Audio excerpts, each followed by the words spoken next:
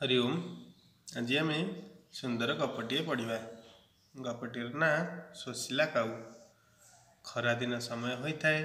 गोटे काऊ को भारी शोष लगिला। से आकाश रे उड़ी उड़ी पानीर सन्धान रे बाहरिला।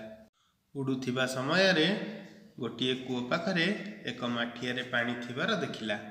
काऊ माठिया उपरे बसी भीतर को थंट बुड़ाइला, किंतु माठिया रे पानी कम थिबारु तार थंट पाइला नहीं। सेही पाखरे किछि गोड़ी पड़ीथिला। काऊ सेही गोड़ी ता थंटरे गोटिए गोटिए करी माठिया रे पकेइला।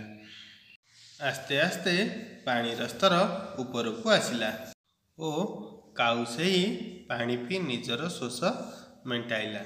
आमे एई गपरु कोन शिखिले? परिश्रमर फल मिठा। काऊ परिश्रम और बुद्धि बल निजर शोष मेंटाई पारिला।